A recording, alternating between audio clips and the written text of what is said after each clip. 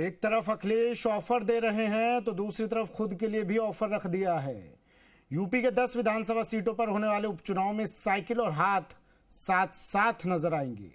यानी यूपी के दो लड़के एक बार फिर मैदान में उतरने को तैयार हैं। एक तरफ साइकिल पर सवार होकर कांग्रेस यूपी में अपनी खोई जमीन तलाश रही है, तो दूसरी तरफ अखिलेश यूपी में कांग्रेस को स्पेस देकर राष्ट्रीय राजनीति में बड़ा मुकाम हासिल करने में जुटे हैं। पूरी राजनीति समझने के लिए देखिए ये रिपोर्ट।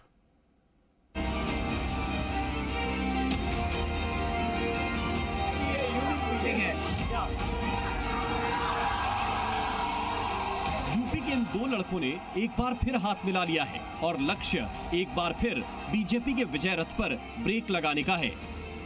इस बार तैयारी 10 विधानसभा सीटों पर होने वाले उपचुनाव में बीजेपी को झटका देने की है। एक और एक 11 बनकर यह गठबंधन बीजेपी के मजबूत किले की घेराबंदी में जुट गया है। सूत्रों के मुताबिक उपचुनाव में गठबंधन को लेकर दोनों दलों में बातचीत शुरू हो चुकी है। संसद सत्र के दौरान दोनों दलों के शीर्ष नेता फैसले पर मुहर लगा देंगे। 10 सीटों में से 7 पर समाजवादी पार्टी और 3 पर कांग्रेस लड़ सकती है।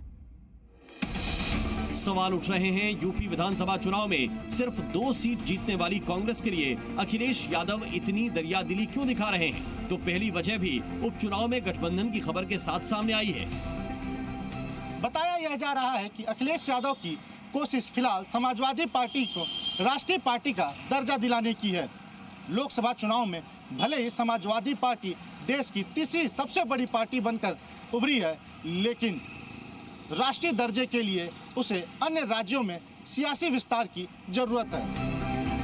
अखिलेश के इस सपने को हकीकत तक पहुंचाने के लिए समाजवादी पार्टी के पास कांग्रेस से बेहतर सियासी सीढ़ी नहीं है। बताया जा रहा है कि यूपी में कांग्रेस को सियासी जमीन देने के बदले अखिलेश ने बड़ी डील की है। सूत्रों के मुताबिक कांग्रेस महाराष्ट्र और हरियाणा विधानसभा चुनाव में समाजवादी पार्टी को सीटें देगी। एक तरफ अखिलेश यादव कांग्रेस के साथ गठबंधन जारी रख के समाजवादी पार्टी को राष्ट्रीय फलक पर मजबूत करने की तैयारी में है, तो दूसरी तरफ कांग्रेस के साथ गठबंधन से भीम और मीम वोट को अपने साथ जोड़े रखने की प्लानिंग है, जिसका ट्रेलर 2024 लोकसभा में दिख चुका है।